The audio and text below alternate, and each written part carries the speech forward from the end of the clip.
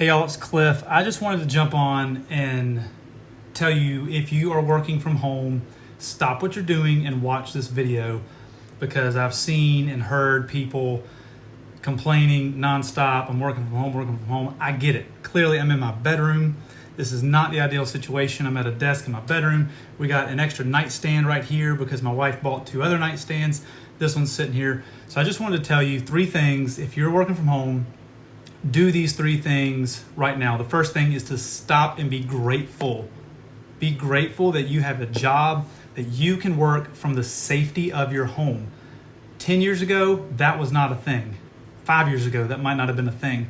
But stop and be grateful that you can still get a paycheck and still work while you are at home with your kids, with your family, in the safety of your own home, where some people are not in the safety of their own home. So be grateful, number 1.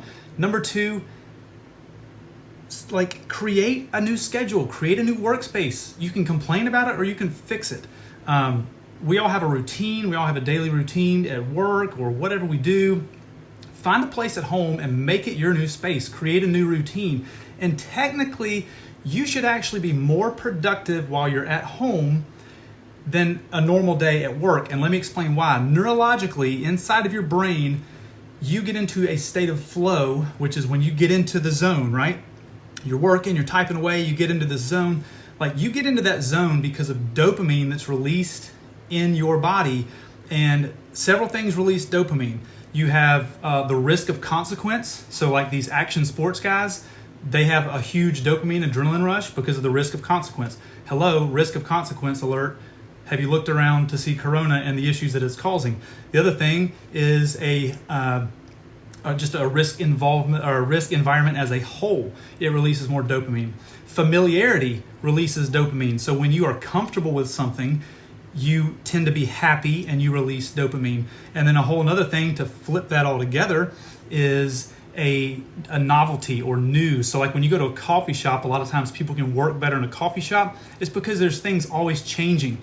There's things changing. There's uncertainty all around you, and that creates a dopamine rush in your head. So you have all those things right now in front of you working from home, that you should have no excuse to even work better from home in this chaos than you do when you're at your office. So I'll get off my soapbox and go to number 3.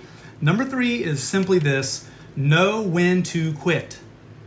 When you get off at 5 and you go home and spend time with your family, do the same thing here. It's going to be tempting, and I'm guilty of it already, and my wife as well. It's tempting to wake up and work until you go to sleep and then keep going. Don't do that. Know when to quit, okay? You're going to get paid the same as long as you're doing your work. When you create your new flow in your space, know when to quit. And when you're done, spend time with your family. Have fun. Use this as an opportunity to get to know your kids better. Use this opportunity to get to know your spouse better. Create some challenges that are going to help you and your family. Do a push-up challenge with the family. Do healthy eating challenges with the family. Create new habits of not going out to eat all the time.